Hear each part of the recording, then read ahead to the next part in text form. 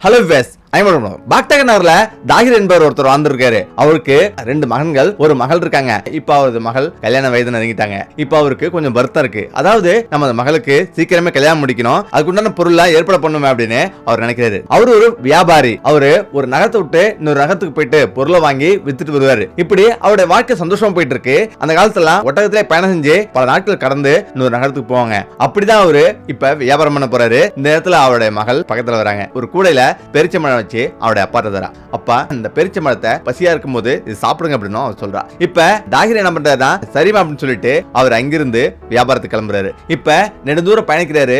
அவர் ஒரு பெரிய ஒரு குரூப்போட பயணம் செய்யறாரு. இப்ப 3 நாட்கள் கடந்து வேறு நகரத்தை அடையறாங்க. அங்க தனது பொருட்கள் எல்லாம் வித்துட்டு சில பொருட்கள் வாங்குறாரு. இப்ப திரும்பவும் பாக்தாக்கு அவருடைய ஊருக்கு கிளம்புறாரு. இந்த நேரத்துல எப்போதும் பயணம் செய்யற அந்த வழியில பல கொள்ளையர்கள்லாம் இருக்காங்க. அந்த வழியா போனா நமக்கு ஏற்கனவே நம்மளுடைய பொருள்லாம் இழந்திருக்கும், அந்த மாதிரி பொருளை இழப்போம் அப்படின்னு தெரிஞ்சுக்கிட்டு சரி நம்ம வேறு வழியா போலாம் அப்படின்னு அவரு மட்டும் வேறு வழியா பயணிக்கிறாரு. அந்த வழி 3 நாள்ன்றத 5 நாள் வரலையும் பயணம் செய்யற மாதிரி இருக்கும். அது ஒரு பாலைவனம். நெடுந்தூரம் பயணிக்கிறாங்க.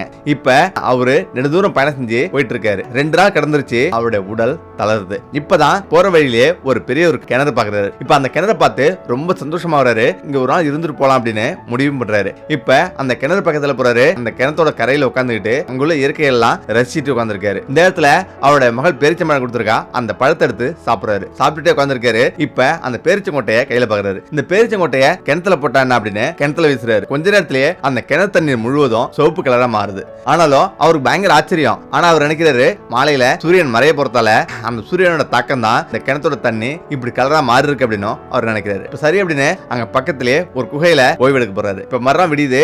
திடீர்னு அந்த பக்கம் இறுதி சடங்குக்காக ஒருத்தவங்க தூக்கிட்டு போறாங்க. இதை பார்த்து ஆச்சரியப்படுறாரு. இந்த பாலைவனத்திலயும் மக்கள் வசிக்கிறாங்களா அப்படின்னு அவர் நினைக்கிறாரு. இப்பதான் அந்த இறுதி சடங்குல நம்மளும் கலந்துக்கலாம் அப்படின்னு அவங்க கூட போறாரு. அங்க போய் பாக்குறாரு. திடீர்னு அங்க ஏகப்பட்ட மக்கள் நிக்கிறாங்க. அதை பார்த்து அவருக்கே ஆச்சரியம். இந்த பாலைவனத்துல இவ்வளவு மக்கள் அப்படின்னு அவர் நினைக்கிறாரு. அது ஒரு சிறுவனுடைய இறுதி சடங்கு. இப்ப அதுல ஒருத்தர் சொல்றாரு, யாரோ இந்த கிணத்துல பேரிச்சம்பழத்தை சாப்பிட்டுட்டு கொட்டையை போட்டாங்க, அவருடைய விளைவு இவருடைய மகன் இறந்துட்டானே அப்படின்னு கதறாரு. இப்ப அவருக்கு ஒண்ணுமே புரியல. பயங்கரமா அதிர்ச்சி ஆகுறாரு. ஏன்னா பேரிச்சம்பழ கொட்டையை போட்டது தாகிர் தான். தாகிர் வருத்தப்பட்டு ஒரு இடத்துல நிக்கிறாரு. திடீர்னு அங்க ஜின் தோணுது. இப்ப பார்த்து அதிர்ச்சி ஆகுறாரு. பெரிய ஒரு பூதமா இருக்கு. அந்த பூதம் எனது மகனை கொண்டுட்டுல உன்னை பழிவாங்காம விடமாட்டான் அப்படின்னு அது சொல்லுது. ஒரு நிமிஷம் திகைச்சு போறாரு. ஆமா, நான் ஜின் தான் பேசுறேன். எனது மகன் தான் இறந்தது. நான் எப்படி வருத்தப்படுறனோ அதே போல நீனும் வருத்தப்படணும். உனது மகனையும் நான் கொல்வேன் அப்படின்னும் அது சொல்லுது. அதிர்ச்சி அடைஞ்ச தாகிர், என்ன மன்னிச்சிருங்க, நான் தெரியாம போட்டுட்டேன் அப்படின்னும் அவர் சொல்றாரு. மேலும் தாகிர் சொல்றாரு, என்ன எது வேணாலும் பண்ணு, என்னுடைய மகனை மட்டும் இது பண்ணாத அப்படின்னும் தாகிர் சொல்றாரு. இப்ப கதறி அழுகுறாரு. இதுக்காக எனது உயிரை நான் தியாகம் பண்றேன். அப்ப அந்த பூதமும் சரின்னு சொல்லுது. உடனே தாகிரம், எனக்கு 40 நாள் டைம் வேணும், எனது மகளுக்கு திருமணம் பண்ணணும், எனது மகன்களுக்கு கொஞ்சம் செல்வத்தெல்லாம் கொடுத்துட்டு வரணும் அப்படின்னும் அவர் சொல்றாரு. இப்ப அந்த பூதமும் சரின்னு சொல்லுது. இப்ப நான் உனக்கு 40 நாள் டைம் தரேன். இந்த 40 நாள்ல 40 நாள் முடிஞ்சு சரியா திரும்ப வந்துடணும். அப்படி வரல அப்படின்னா அடுத்த நாளே உனது மகனை நான் கொன்றும் அப்படின்னும் அந்த பூதம் சொல்லுது. இப்ப அவரும் சரின்னு சொல்லிட்டு வீட்டுக்கு போறாரு. இப்ப 2 தூரம் போயிட்டு இருக்காரு. இப்பதான் ஏற்கனவே அவர் கூட போன அந்த குழு தாகிர் சந்திக்குது. தாகிர், எந்த வழியா வந்த, ஏன் எங்க கூட வரல அப்படின்னும் அவங்க கேக்குது. எனக்கு இந்த வழியா வந்தா பயமா இருக்கு, ஏற்கனவே இந்த வழியில கொள்ளைக்காரர்கள் வந்தாங்க, அதனாலதான் நான் வேறு வழியா வந்தேன் அப்படின்னும் அவர் சொல்றாரு. இப்ப சரி அப்படின்னு எல்லாருமே பயணிச்சு அவருடைய ஊருக்கு போறாங்க. இப்ப அவருடைய வீட்டுக்கு போறாரு. இங்க நடந்த விஷயம் எல்லாமே வெளில சொல்லாம மனதுக்குள்ளேயே போட்டு அழுத்திட்டு தவிச்சிட்டு இருக்காரு. இப்ப மகளுக்கு திருமணம் செஞ்சு கொடுக்கணும், அதே போல மகன்களுக்கு ஏதாவது பண்ணணுமே அப்படின்னு அவர் நினைச்சிட்டு இருக்காரு. இப்பதான் நாளுக்கு நாள் அவருடைய மனம் பரிதவிக்குது.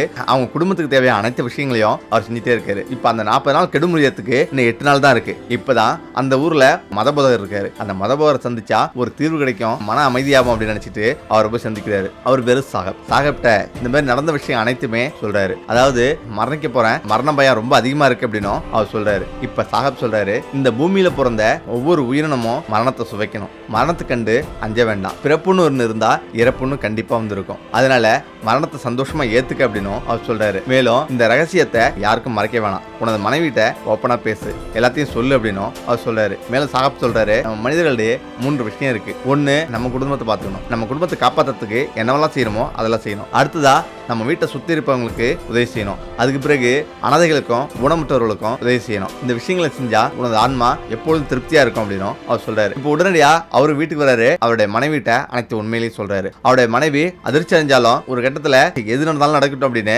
மனதை தேத்திக்கிறாங்க. இப்ப அதே போல வீட்டுக்கு பக்கத்துல உள்ள காட்டுல எல்லா வீடுகளுக்கும் உதவி பண்றாரு. பிறகு ஊனமுற்றவர்களுக்கும் முதியோர்களுக்கும் இயலாதவர்களுக்கும் கொடுத்து உதவுறாரு. இப்ப அவருடைய மனது ஏதோ ஒரு திருப்தி நிலை அடையுது. அதாவது இதுக்கு மேல நம்ம இறந்தா கூட பரவாயில்ல, 4 பேருக்கு நம்ம நல்லது செஞ்சிருக்கோம் அப்படின்னு மன திருப்தியோட இருக்காரு. இப்ப 40 நாள் நெருங்கிறதுக்கு இன்னும் 4 நாட்கள் தான் இருக்கு. சரி, இப்படியே நடந்து போனா 3 நாள் சரியாயிடும் அப்படின்னு நினைச்சிட்டு அவரு திரும்பவும் ஜின்ன பார்க்கறதுக்காக கிளம்புறாரு. இப்ப 3 நாள் பயணிச்சு அந்த இடத்த அடைகிறாரு. அந்த கிணற்றுக்கு போறாரு. இப்ப ஜின்னு நின்று இருக்கு. ஜின்னிடம் நான் வந்திருக்கேன், இதுக்கு மேல நீ என்ன வேணாலும் என்ன செய்யலாம் அப்படின்னு அவர் சொல்றாரு. இதை பார்த்து ஜின்னு ஒரு நிமிஷம் ஆச்சரியமாகுது. நீ உனது வாக்குறுதியை காப்பாத்திட்ட. நீ நினைச்சிருந்தா அப்படியே தப்பிச்சு ஓடிருக்கலாம். ஆனாலும் கொடுத்த வாக்குறுதியை நிறைவேற்றணும்னு நீ நினைச்சிட்டு நீ வந்திருக்க. அதனால உனக்கு மரணம் கிடையாது. உன்னை தண்டிக்க நான் விரும்பல. நீ திரும்பவும் வீட்டுக்கு போயிட்டு உனக்கு குடும்பத்துடன் வசிக்கலாம். அதே போல தற்போது நீ நல்லதெல்லாம் பண்ணிட்டு வந்திருக்க. அந்த நல்லதை நீ தொடர்ந்து செய்யலாம் அப்படின்னும் அது சொல்லுது. இப்ப தாகிரும் சந்தோஷமா வீடு திரும்புறாரு. இப்ப அவர் எப்போதும் போலவே பலருக்கும் உதவி செஞ்சுட்டு இருக்காரு. ஓகே, நம்ம இதை எப்படி பிரச்சனைக்கிறேன் மீண்டும் சந்திப்போம். நன்றி, வணக்கம்.